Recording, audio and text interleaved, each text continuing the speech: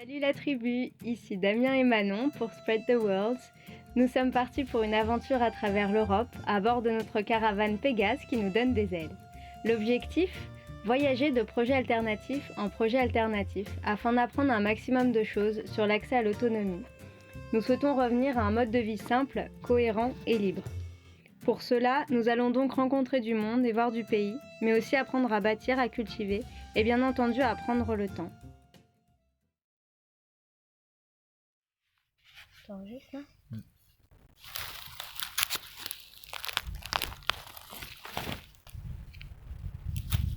Le cri de la carotte qu'on arrache. Ah, le cri de la carotte qu'on arrache. C'est quand même plus joli que le son du cochon qu'on égorge. Alors, lors de notre visite chez Pietometti, des paysans maraîchers et boulangers bio, nous avons pu discuter avec Pierre, un des fondateurs. Le temps ayant filé, parce qu'il a quand même beaucoup de choses à dire, le temps ayant filé lors de cette discussion, on a décidé de faire 2 épisodes. Sur ce lieu du Béarn, donc on était toujours dans le Béarn à ce moment-là, dans le sud-ouest, où un réseau s'est créé depuis plusieurs années, alliant échange, commerce, culture et agriculture. Donc on écoute tout de suite la première partie de cet échange. Pierre de Pietometti, est-ce que tu peux nous dire ce que c'est que Pietometti ? Alors, Pietometti, c'est un GAEC agricole. C'est une association de 3 paysans à la base, 3 copains. On s'est rencontrés pendant nos études au Danemark, en Erasmus. Et avec le temps, on s'est formés. Moi, j'ai fait un BPRE en maraîchage bio à Asparin, au Pays Basque, avec un apprentissage. Et à la suite de ça, on s'est dit qu'on voulait s'installer tous les 3 sur une ferme. Puis on a trouvé un système de couveuse agricole. Donc c'est une pépinière d'entreprise qui nous a hébergés, on va dire, pendant 3 ans sur Pau. Comme ça, on a pu se tester pour savoir si on avait vraiment envie d'être paysan, maraîcher, boulanger paysan, et si on arrivait à travailler ensemble, quoi.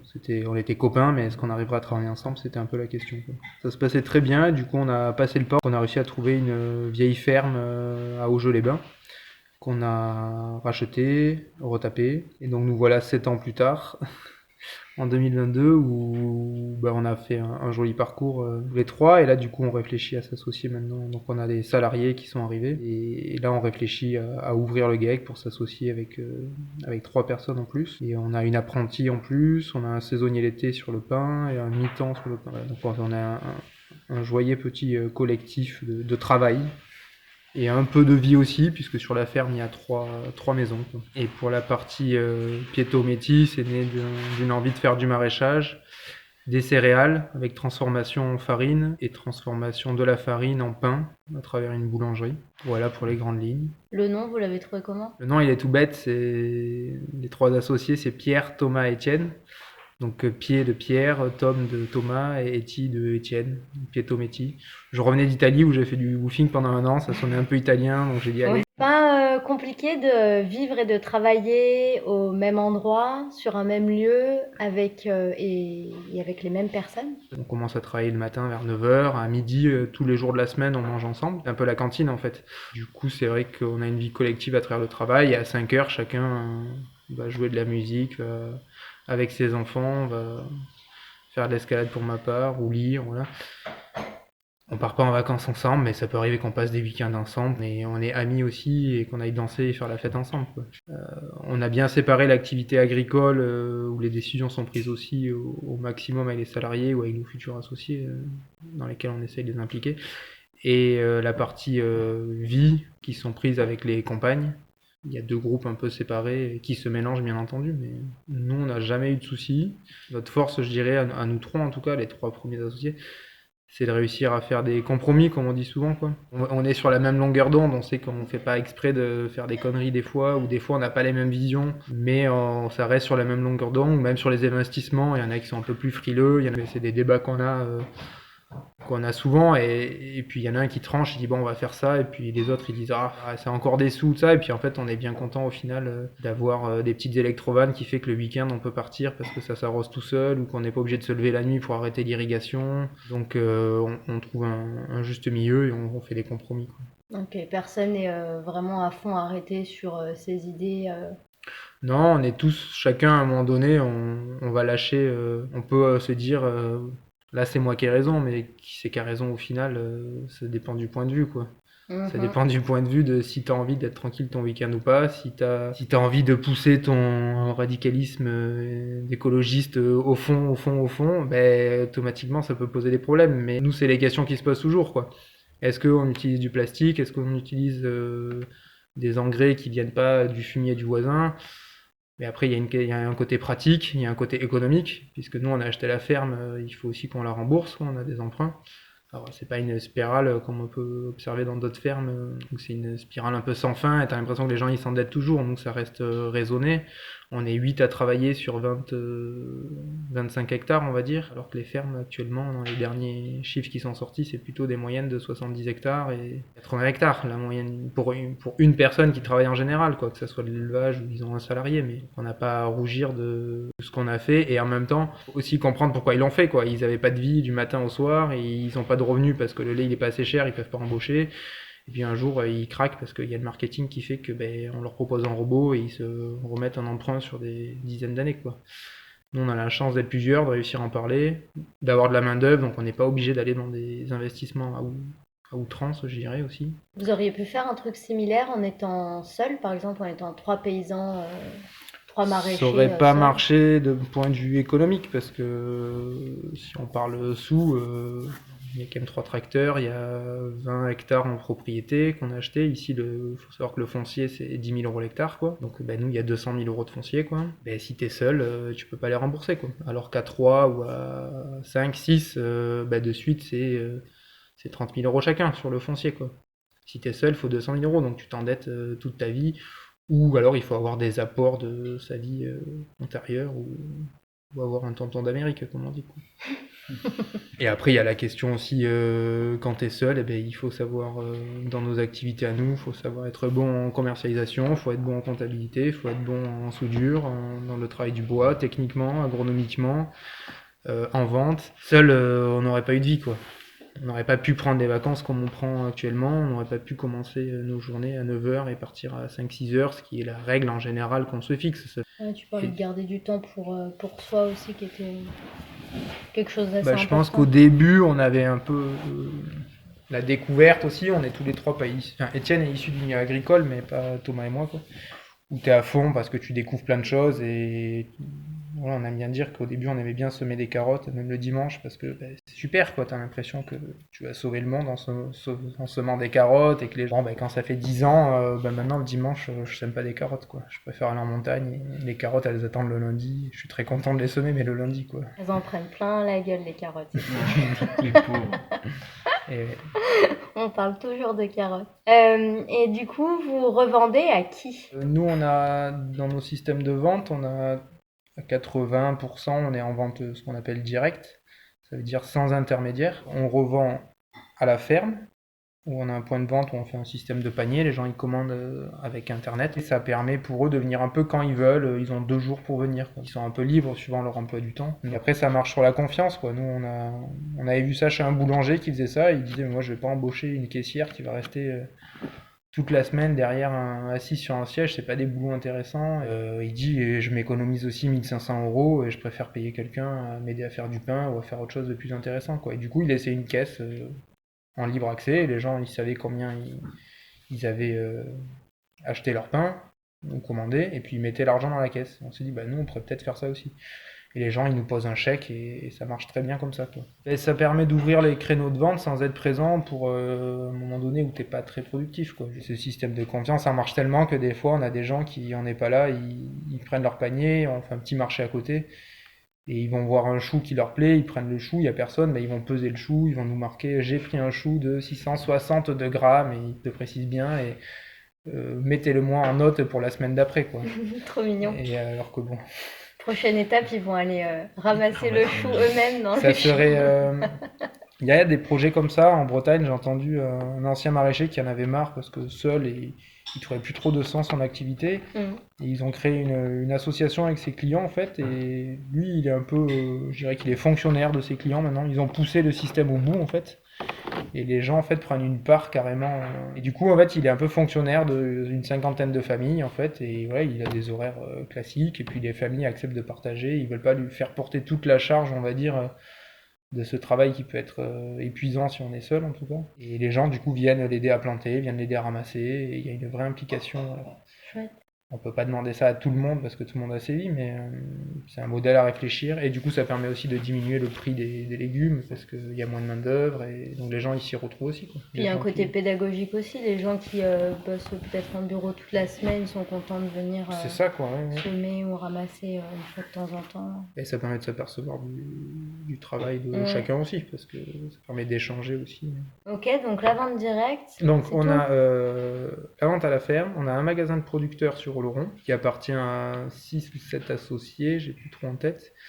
Ça. Ensuite on a des AMAP, donc ça c'est Association de maintien de l'agriculture paysanne. On appelle ça une AMAP, donc c'est un lieu où il y a un échange de produits entre des producteurs et des consommateurs. Et par exemple, nous on a 2 AMAP en légumes sur Pau et on a 3 AMAP en pain. Et les gens s'engagent pour 6 mois. Par exemple en pain, ils vont dire je prends un pain de 1 kg pendant 6 mois. Et du coup, ils vont nous faire des chèques. En fait, l'idée, c'est de pouvoir encaisser les chèques avant pour nous faire un peu de trésorerie et aussi d'avoir une visualisation sur ce qu'on va produire à l'avance. Donc ça permet d'anticiper et d'éviter qu'il y ait de la perte ou C'est ça, une pénurie. au maximum. Alors après, le problème, c'est qu'en légumes, nous, on n'a pas que les AMAP, on travaille aussi avec des magasins. Les magasins, si on n'a aucun contrat écrit comme les AMAP, donc tu espères qu'ils vont te reprendre comme l'année dernière. Mais bon, ça nous est arrivé que les chefs de rayon changent et que les nouveaux chefs de rayon n'aient plus envie de travailler avec nous. Et du coup, du jour au lendemain, tu peux te retrouver, comme ça a été notre cas sur un magasin qui nous a pris 20 000 € une année de légumes. L'année d'après, on n'a pas réussi à s'entendre avec le nouveau, alors qu'on avait les mêmes prix, la même qualité et tout ça. Le nouveau directeur, il nous a dégagé plus ou moins du magasin, de manière pas, il nous a jamais dit je vous dégage, mais tu l'appelles et qu'il te dit non, j'ai besoin de rien. La semaine d'après, il te dit j'ai besoin de rien. Et bon, nous, on n'a pas envie de batailler, de travailler comme ça, quoi. Donc on allait trouver un autre magasin avec qui on s'entend très bien, et eux, ils sont même prêts à nous dire, on passe tant de tonnes de patates, on est prêt à vous les acheter, à faire des espèces de contrats oraux. C'est comme ça qu'on a envie de travailler, donc même travailler. Mais par contre, on travaille qu'avec des magasins bio, et bien sûr localement, quoi. Voilà, c'est pas des grands magasins, quoi.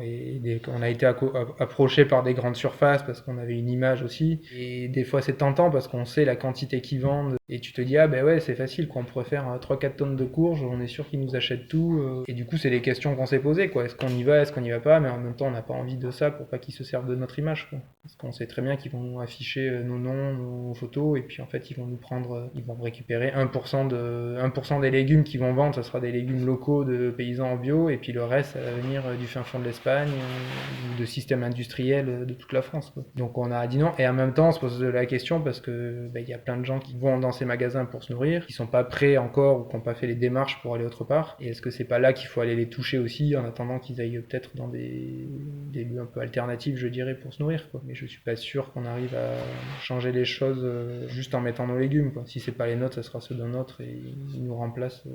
Il y a une espèce de dépendance avec ces grands magasins parce qu'il y a tellement de volume, en fait, on n'imagine même pas les volumes qui passent en légumes, mais de n'importe quoi, c'est juste aberrant, quoi.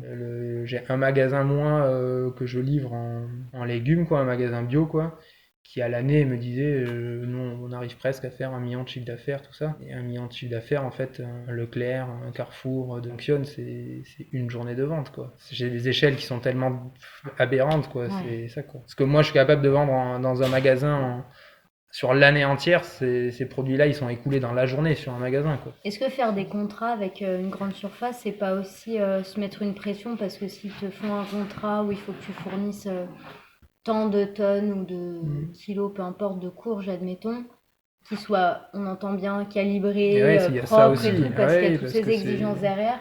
Est-ce que c'est pas aussi se mettre un peu les menottes Nous, on a tellement de systèmes de vente différents, on a n'importe quel système de vente pour nous qui s'arrête, c'est pas grave, ça met pas en danger l'activité, quoi. Parce que vous n'avez pas mis tous vos œufs dans le même panier. On n'a pas mis tous les œufs dans le même panier.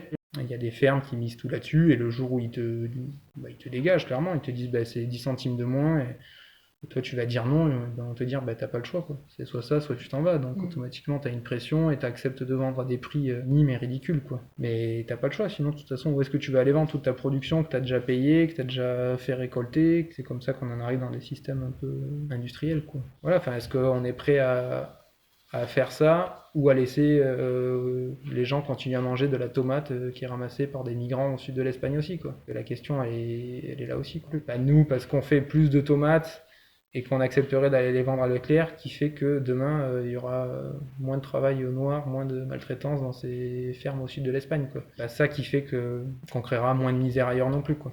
Il faut créer des alternatives et il faut en faire, mais... C'est peut-être en montrant ailleurs qu'il y a des alternatives, genre que les gens puissent venir ici récupérer le panier, etc., avec le bouche à oreille ou la publicité dont vous jouissez, que petit à petit il y ait des gens qui viennent de plus en plus et qui arrêtent d'aller à la grande surface ou qui rentrent dans une démarche différente. Oui, après il y a deux autres questions pour moi qui se posent. T'as la question des prix, parce que même si il faut pas se leurrer, on est plus cher, parce qu'on paye les gens mique, parce que on essaye d'avoir des bonnes conditions de travail, où on ne travaille pas non plus comme des malades. On met pas la pression non plus. Il y a des moments, il y a des coups de speed, mais après, on peut avoir des moments aussi où il y a plus des temps morts et t'es pas dans les entreprises. On regarde à la minute ce que tu fais et il y a quand même des conditions de travail qu'on essaye d'avoir les plus agréables possibles, quoi. Donc automatiquement, si tu respectes un minimum tout ça, tu peux pas sortir des carottes à moins d'1 € le kilo, quoi. Tu peux pas avoir des tomates à 1 € le kilo, c'est pas possible, quoi. C'est pas dans un système des patates à 20 centimes le kilo. Ben en fait, ces patates, elles ont jamais touché la main d'un humain, en fait. C'est des patates qui sortent d'une machine. C'est un champ de patates qui passe dans une machine, et une machine, et une machine, jusqu'à arriver dans un filet de pommes de terre. Et quel est l'intérêt socialement, et qu'est-ce qu'on veut comme travail, quoi? Est-ce qu'on veut que des machines et des opérateurs de machines, ou est-ce qu'on veut des gens aussi qui retrouvent un peu de sens? Et moi, je pense pas que c'est en étant toujours sur des machines qu'on trouve du sens à sa vie et à son travail, quoi. Est-ce que tu penses, parce que là, il s'agit quand même bien de nourriture, que la patate qui n'a connu que les machines, elle est moins riche nutritivement qu'une... Non. Ça, je pense pas, parce que ça se joue sur la question tomate nutritive. qui La est question. hors sol, Alors, voilà, la question de la tomate hors sol, ça pose question. Ouais. Pour une patate, je sais pas, sur les tomates hors sol, c'est sûr qu'ils ont fait des études, parce qu'en fait, ils ont sélectionné de la tomate qui est capable. Les records sont dans des fermes, j'ai entendu, je crois que c'est en Israël, où ils arrivent au mètre carré à sortir 70 kilos de tomates. Au mètre carré? Ouais, il me semble que c'est ça, ouais. Mais elle pousse sur des étages ou... Non, en fait, c'est des systèmes, bon, ils appellent ça du roller. En fait, quand on a coupé la grappe de tomate, la tomate continue à grimper. C'est une liane, elle est infinie, quoi. Tant qu'elle a ses conditions de chaleur, d'humidité, qu'elle est pas malade, et qu'elle a assez de nutriments dans son système racinaire, elle peut continuer à pousser. C'est une liane. En fait, ils coupent, et puis ils coupent les feuilles, les vieilles feuilles, et puis ils continuent à faire pousser, et puis ils ont des systèmes de ficelles où ils descendent les pieds de tomates, en fait. Et donc, ils peuvent arriver à faire 20, 30 bouquets de tomates.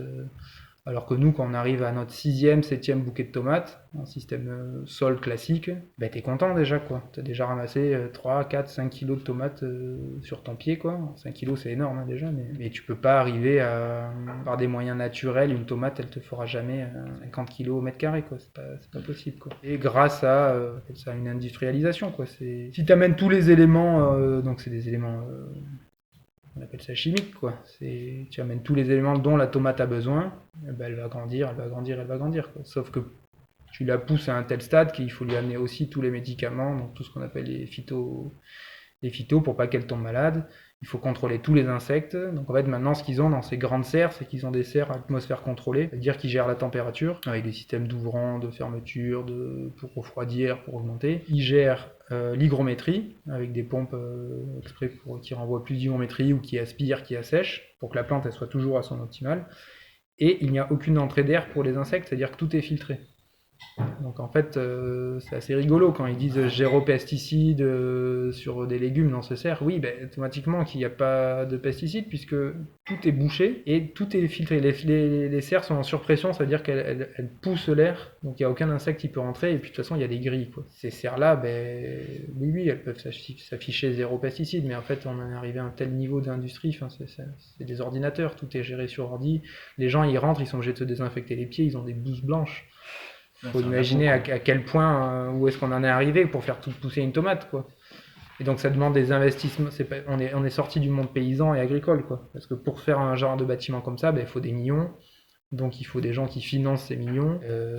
Bon, c'est un autre système agricole. Est-ce qu'elle a bon goût, cette tomate, au final?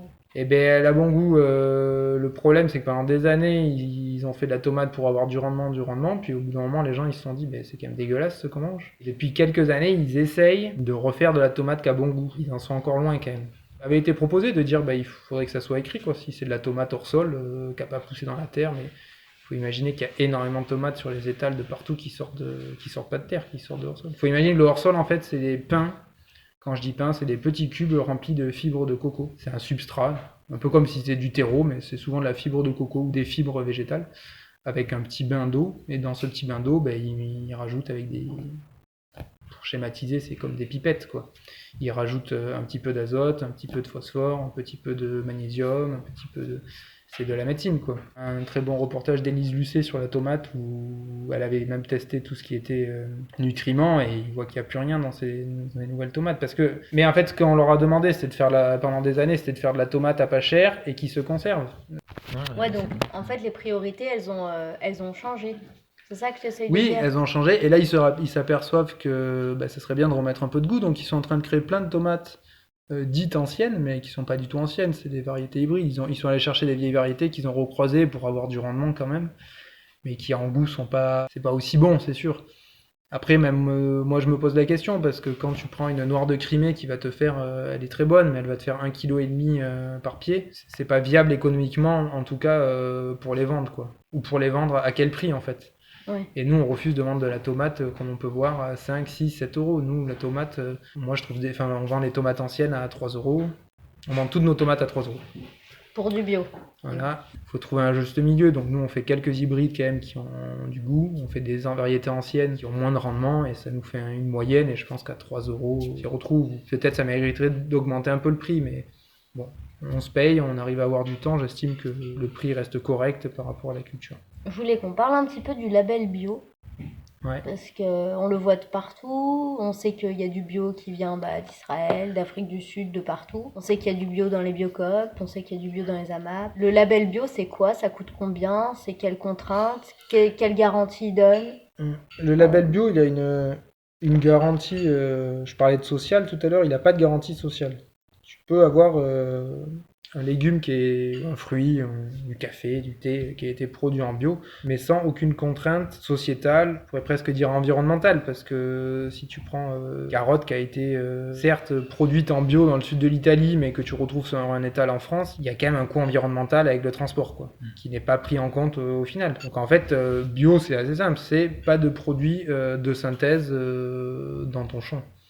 Donc en fait, sur la partie végétale en tout cas, donc tu n'as pas le droit d'utiliser les phytosanitaires, les pesticides, insecticides de synthèse, et pas d'engrais de synthèse aussi. Les engrais de synthèse, donc c'est des engrais qui sont faits, l'azote est fait à partir de différentes matières, mais de l'air, c'est de l'air qui est compressé aussi, il récupère l'azote dans l'air, et c'est énormément énergivore en fait. Les engrais azotés, ça a un coût, et là ils sont en train d'exploser, parce que souvent j'ai pas de bêtises, c'est avec du gaz je crois, donc le prix du gaz s'envole, le prix de l'électricité s'envole, les prix des engrais azotés sont en train de s'envoler aussi. Après, il y a des différents types de phosphate, phosphore, alors moi, c'est pas des éléments naturels qu'on peut retrouver dans la vie biologique ou organique en tout cas. Alors soit on peut utiliser du fumier de vaches, de brebis, qui sont compostés, enfin, c'est mieux, c'est pas une obligation, mais c'est mieux quoi. Si c'est des fumiers qui ne sont pas bio, il faut les composter, on a l'obligation de les composter. On peut acheter du fumier d'un voisin qui a des vaches mais qui est pas en bio, il faut pas qu'il soit hors sol, il faut pas qu'il donne d'antibiotiques, enfin bon, il y a quand même une réglementation à et dans ce cas-là, s'il est pas en bio, il faut le composter. Pourquoi? Parce que le fait de le composter, ça fait monter en température et ça pourrait, je considère que ça peut enlever un peu peut-être des résidus pétrochimiques, voilà. Alors je sais pas au niveau des analyses, mais il n'y a jamais de personnes en bio qui se sont retrouvées, enfin à ma connaissance, ou dans le coin en tout cas, hein, avec des analyses de sol qui auraient révélé qu'il restait des traces parce qu'ils ont récupéré le fumier d'une vache qui était... Si on fait ça, il faut savoir que demain en fait il n'y aura plus beaucoup de bio parce qu'actuellement, il n'y a pas assez de fermes d'élevage en bio, donc on n'a pas assez de fumier bio. Sinon, on utilise du fumier de brebis qui est composté et qui après qui est compressé, ça fait des petits granulés, quoi. Il y a une facilité d'épandage et de transport parce qu'en fait, il faut savoir que nous, il y a beaucoup d'éleveurs autour, mais tous se gardent le fumier, donc on n'a pas accès à ces ressources-là aussi, quoi. C'est une ressource qui est précieuse et tout le monde le sait, donc en fait, vendent le fumier que les gros éleveurs qui en ont trop. Et c'est pas trop à ces gens-là nous on a envie d'en acheter aussi, mais on préférait l'acheter au petit voisin qui a quelques chèvres, sauf que lui, il en a besoin, quoi. Donc il y a un problème de concurrence, on va dire, là-dessus. Mais voilà, on en trouve. Et ensuite, après, il y a tout ce qui est résidus organiques. Donc dans les abattoirs, le sang séché, c'est de l'azote. Les os, c'est aussi des os broyés, ils en font de la poudre. Et après, il y a tout ce qui est résidus végétaux, par exemple, les noyaux d'olive, les noyaux de pêche, abricots, tout ça, c'est broyé. Bon, c'est un mélange de plein de matières organiques qui est fait, qui est chauffé ensemble, qui est composté, compressé, et puis nous on peut étaler ça dans nos champs. C'est certifié, c'est analysé, c'est composté à haute température, du coup il n'y a plus aucun résidu dedans, quoi. Donc ça, c'est ce qu'on appelle des engrais organiques. Tu disais, tu te posais la question la dernière fois justement sur les engrais à base de sang et d'os qui venaient du coup des abattoirs. Et que après, à l'inverse, ton fournisseur t'avait envoyé de l'engrais à base de sucre de canne. Donc... J'avais cherché un autre, parce que du coup se pose la question de comment on fait le jour où on n'a plus accès à ces ressources-là, parce que c'est débattu. Le jour où on n'a plus accès à ça, ça pose question, parce que les éleveurs bio, il n'y en a pas non plus des milliers des cents. Ces gens-là, ils savent pas dire qu'ils savent mieux travailler, mais ils travaillent d'une certaine manière qui fait qu'ils réutilisent leur fumier peut-être plus que d'autres fermes pour être le maximum en autonomie. Donc avec quoi on travaille? Nous, on n'a pas spécialement envie de faire d'élevage sur la ferme. Et en fait, il faut comprendre qu'une plante, c'est comme un enfant ou comme un humain, en fait, quoi. Pour se développer, il a besoin d'avoir de la nourriture, quoi. Cette nourriture, elle tombe pas de n'importe où. Il faut lui amener, quoi. Ou ça va marcher 1 année, 2 années de pas amener d'engrais dans un sol. Mais le sol, il va s'épuiser, en fait. Le sol, si on n'y amène pas à manger, de lui-même, il se restructure pas, quoi. Donc il faut amener du fumier. Ça peut être de la paille, ça peut être plein de choses. Donc nous, en fait, on travaille beaucoup sur ce qu'on appelle les engrais verts. Donc on amène une diversité de graines légumineuses ou de céréales, du blé, de la veste, de la fève. On va détruire au printemps, on les sème à l'automne, on le détruit au printemps. On incorpore toute cette matière verte, donc c'est de la matière organique, du carbone, au sol. Et dedans, il y a des sucres et ça fait vivre les bactéries, les micro-organismes. Et de l'engrais qui est, je ne vais pas dire qu'il est gratuit, parce qu'il faut semer, broyer, il faut l'incorporer, ça demande des tâches mécaniques, mais qu'on se crée nous-mêmes, quoi. Pour moi, c'est ce qui est le plus durable et c'est là-dessus qu'il faut qu'on travaille, parce qu'après, du coup, ce que je disais, c'est qu'on a essayé des engrais végétaux. Et ces engrais-là nous avaient proposé du sucre de canne, enfin des résidus de canne à sucre. Mais la canne à sucre, ça pousse où? Je vais pas mettre des trucs qui viennent du Brésil, quoi. Enfin, c'est aberrant aussi, quoi. Et au final, on est dans une société qui peut aussi valoriser les déchets, donc ça me choque pas de valoriser de la poudre d'os et du sang séché, quoi. Mais ça pose question d'où viennent ces animaux, comment ils ont été aussi abattus, le système des abattoirs où il y aurait beaucoup à redire aussi. Oui, il y a un côté éthique un petit peu dedans. Il y a un côté éthique qui est un peu limite, c'est-à-dire pour faire pousser tes carottes bio, t'as besoin de tricider 300 vaches, récupérer le sang et les os à l'abattoir, quoi. C'est un peu limite, quoi. Pour nourrir les végétariens. C'est ça, pour nourrir les végétariens, vive les abattoirs. Non, mais comme t'expliquais, c'est une démarche qui a été mise en place pour éviter justement le gaspillage du reste des carcasses, quoi. Oui, il faut de toute façon, oui, voilà. Après, s'il y a de plus en plus de végétariens, qu'il y a moins en moins de viande traitée. J'ai envie de dire, si demain on était tous végétariens, ça serait pas un souci du tout, en fait. Si demain on devenait tous végétariens, ça serait pas un souci, parce qu'en fait, on récupérerait tellement de terres qui sont utilisées pour packager des animaux, pour faire du maïs et des cultures, en fait, pour les vaches. On pourrait mettre 10 hectares, mais même plus, j'ai pas les chiffres, mais ça serait intéressant de regarder. 10 hectares en engrais verts, avec des trèfles. Les trèfles, tu peux ramener 100 unités d'azote par an, où tu toucherais pas la prairie, tu viendrais juste la broyer. Et à la rigueur, tu peux la faire packager quand même par des brebis, et voilà, enfin, tu pourrais même rentrer dans un système on mangeait beaucoup moins de viande. Et au bout de 3 ans, tu broies tout ça, t'enfouis tout ça, et tu viens faire tes légumes, et t'as pas besoin d'amener d'engrais. Il faudrait peut-être ramener un peu de phosphore. Il y aurait peut-être quelques amendements à faire, et ça se réfléchirait, parce que les fumiers, ça amène aussi beaucoup de vie organique, de bactéries. Mais en fait, oui, en y réfléchissant comme ça, en fait, ça serait pas c'est pas un problème. Disons que le légume n'est pas un problème. Après, il y a la question des céréales, où ça prend quand même beaucoup de place. Mais c'est sûr qu'il y avait une diminution déjà du nombre d'hectares de maïs. On pourrait faire des beaux engrais verts et des beaux légumes derrière. Il y a quelque chose à travailler là-dessus, mais... Comme c'est intéressant. Et pour parler pognon, du coup, ça coûte combien le label bio? On paye tous les ans, ça doit nous coûter dans les 600-650 €. C'est pas très cher. C'est en fonction de la taille de l'exploitation? C'est en fonction des activités. Plus tu fais des activités à forte valeur ajoutée, plus tu payes cher, quoi. C'est-à-dire si tu fais de la transformation, si tu as de l'élevage, un labo de transfo, tu vas payer plus cher. Après, tu as la taille de la ferme aussi qui joue, le nombre d'hectares, quoi, et les productions, quoi.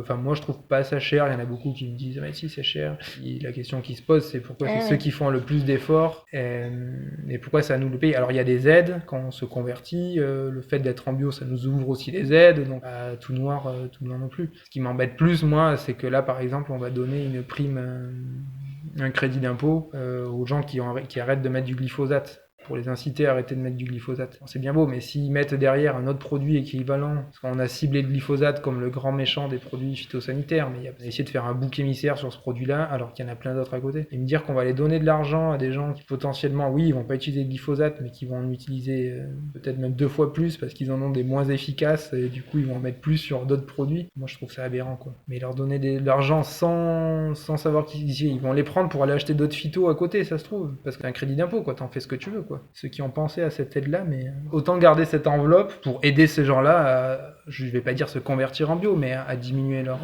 il y a d'autres enveloppes qui existent pour la réduction des phytos, mais là c'est quand même un peu cadeau cousin, vote pour moi aux prochaines élections, quoi.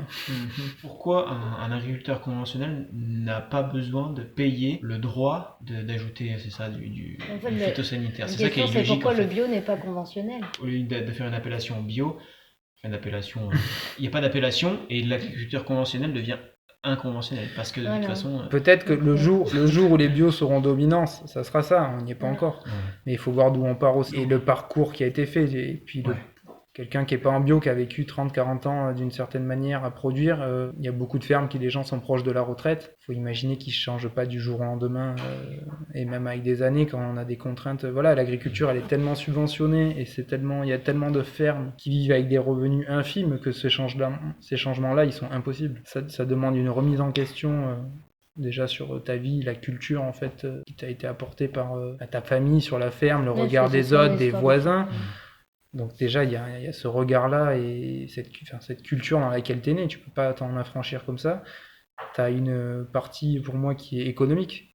Ces fermes, il y a beaucoup de fermes qui sont tellement fragiles, tu peux pas leur dire va t'acheter une bineuse, une RC-Tri pour aller avoir moins de rendement. Ils ont des prêts qui courent sur Ils ont des années. prêts, voilà, ils ont sûrement fait ça. Et puis techniquement, il faut avoir envie de se former, quoi. C'est pas, j'ai envie de dire que c'est peut-être le plus facile parce qu'il y a plein de formations qui existent. Il faut réussir à se former et il faut réussir à créer un modèle économique qui tourne pour pas faire faillite. Et dans le monde agricole quand même qui est très dur quand même, on peut l'enjoliver de notre point de vue à nous.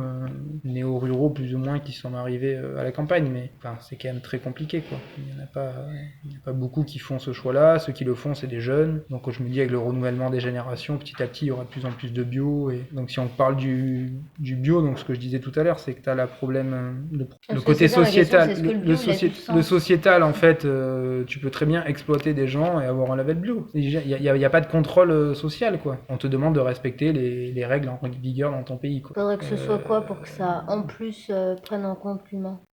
Il pourrait y avoir des contrôles sur le social, de dire il faudrait... Bon, ça après ça travaille sur... Non mais il y a un label ou quelque chose? Non, il y a un label, oui, il y a Biocohérence, mais qui est en fin de vie, parce que quand le label bio français et le label bio européen ont fusionné, on va dire, ils ont essayé de créer Biocohérence. Mais c'est compliqué parce que du coup ça faisait un nouveau label, donc il y a des gens qui ont adhéré en disant mais non, en fait on veut un label plus strict parce que le label bio il est pas assez strict. J'ai pas les normes en élevage, mais elles étaient un peu critiquées. Et il manquait une partie sociétale, ils ont créé ce label, mais ça a pas pris, quoi. Pour avoir un autre label, c'était quand même compliqué. Nous on s'est posé la question, on s'est dit c'est mieux, mais du coup ça faisait dire encore un autre label, et on est toujours en train de dire il y a trop de labels, on perd les gens. Mais c'est sûr que, je vais pas dire qu'il y en a qui trichent pas, il y en a sûrement qui trichent, mais c'est...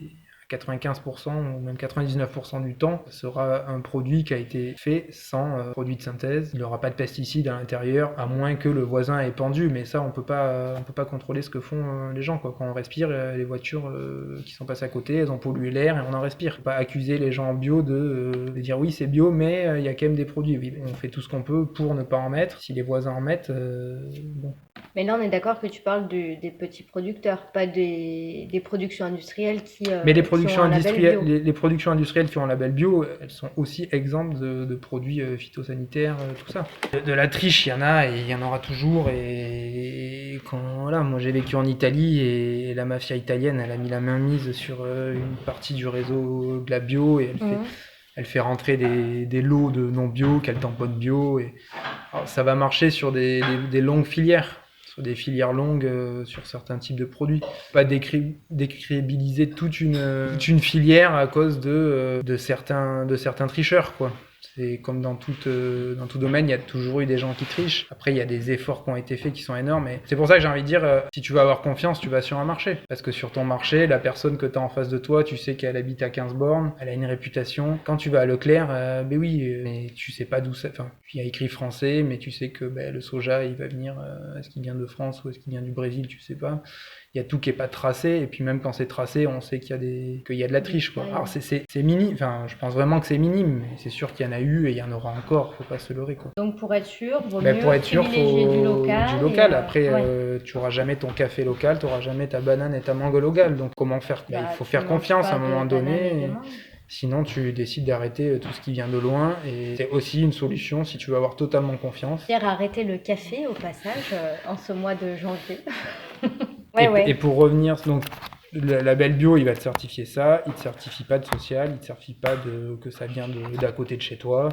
Voilà, c'est ça. Après, à toi consommateur en fait de faire tes choix, à qui t'es capable de faire confiance ou pas. J'ai une dame, moi, au magasin de producteurs, il y a 4-5 jours, qui voulait acheter des steaks hachés, et elle me dit, ils sont comment? Ils sont dans quoi les steaks hachés? Je dis, ils sont dans des poches plastiques, parce que c'est sous vide, quoi. Et nous, on n'est pas une boucherie, on est obligé de vendre comme ça. Elle me dit, ah non, mais moi j'ai décidé d'arrêter le plastique. Je dis, oui, mais on peut pas vous les mettre dans autre chose, c'est dommage, mais moi le plastique, ça a l'air vraiment de la tourmenter, cette histoire de plastique, quoi. Et j'ai dit, en fait, si vous voulez ne pas utiliser de plastique, vous pouvez aller chez le boucher, et il vous mettra vos 4 steaks hachés dans une feuille papier en plastique, parce que faut pas rêver, c'est pas vous dans un papier craft, mais... Et du coup, je trouvais ça aberrant d'en arriver à un point de dire, bon, j'ai envie d'acheter des steaks hachés, mais je veux pas utiliser de plastique, ou elle voulait pas des parts individuelles, enfin, de se flageller un peu sur le plastique, et je trouvais ça rigolo qu'elle était en train d'acheter de la viande au final. Enfin, moi je mange de la viande et j'ai pas de souci avec ça, mais dire tu mets toute ton énergie dans je veux plus de plastique, mais t'es capable quand même que tu veux ton steak haché, quoi. Bon, enfin, on peut être cohérent en se disant j'achète de la viande, pour le coup là en plus nous au magasin c'est de la viande qui est locale. Je dis pas, peut-être qu'elle ira chez un boucher où le steak viendra aussi de pas très loin, mais là elle était sûre que sa viande elle venait de 20 km, qu'elle avait été tuée dans des bonnes conditions, qu'elle avait vécu toute sa vie dans une prairie, c'était de la viande bio. Tu te dis, mais des fois tu rigoles. Oui, voilà. Où est-ce que tu mets tes priorités, quoi. Ouais, c'est ça. Qu'est-ce que tu choisis de voir? C'est vrai que là, c'était un sujet qui méritait méditation et réflexion, de choisir ce pourquoi on se bat. Avoir des convictions et des principes qui ont du sens au final aussi. Voilà, si tu décides d'arrêter le plastique et que à côté tu fais de la merde, tu regardes à travers avec des œillères en fait. C'est encore une fois la différence entre la vision spécifique, qui vise quelque chose en particulier, et d'avoir une vision un peu périphérique et de regarder plutôt les choses dans leur globalité plutôt que de rester bloqué sur quelque chose. Par rapport au plastique, on avait regardé un documentaire à un moment, c'était Seaspiracy, sur tout ce qui se passe dans les océans. Le sujet du plastique, c'est souvent connecté avec les océans, et que c'est aussi lié avec ce que tu consommes dans ton assiette, au niveau du poisson et tout ça. Donc si vous voulez vous renseigner encore plus sur le plastique, et que c'est un de vos combats, ce qui est tout à fait honorable, regardez Seaspiracy sur Netflix, ou téléchargez-le, enfin bref. Illégalement. Voilà, illégalement, c'est encore mieux. Des vrais rebelles. Voilà, et vous verrez que beaucoup de choses sont très très très intéressantes au niveau du plastique, de la production de plastique. Mais j'ai pas compris le lien entre le plastique et le documentaire. C'est quoi, que les poissons mangent le plastique et du coup tu te retrouves à bouffer du plastique? Non, que 80% du plastique retrouvé dans les océans sont laissés par, même plus que 80%, 90%, 95%, sont abandonnés, en fait, c'est des filets. Donc c'est à cause de la pêche. Ah. Voilà. Bah voilà, vous avez plus besoin de regarder le documentaire. La chanson du jour. Ça parle de poissons? Non, c'est... De carottes? La chanson du jour, c'est un de mes groupes préférés qui s'appelle Bury Tomorrow. C'est un groupe de metalcore anglais. Mais c'est une chanson acoustique, donc tout le monde peut l'écouter. Il n'y a pas besoin d'être un gros fan de métal, un métalleux pour écouter ça. Elle s'appelle Light the Torch, donc voilà, on la mettra évidemment en lien dans notre playlist des favoris. On vous retrouve la prochaine fois, sous peu, pour la deuxième partie de cette conversation avec Pierre, et on répondra aussi à quelques questions la prochaine fois. Yes, bisous, bye bye. Boa tarde. On est au Portugal. Boa noite. Bonne nuit. Boa noite, bom dia, boa tarde. Bah, il est 6h. Ouais. Ciao. Ciao. Ciao.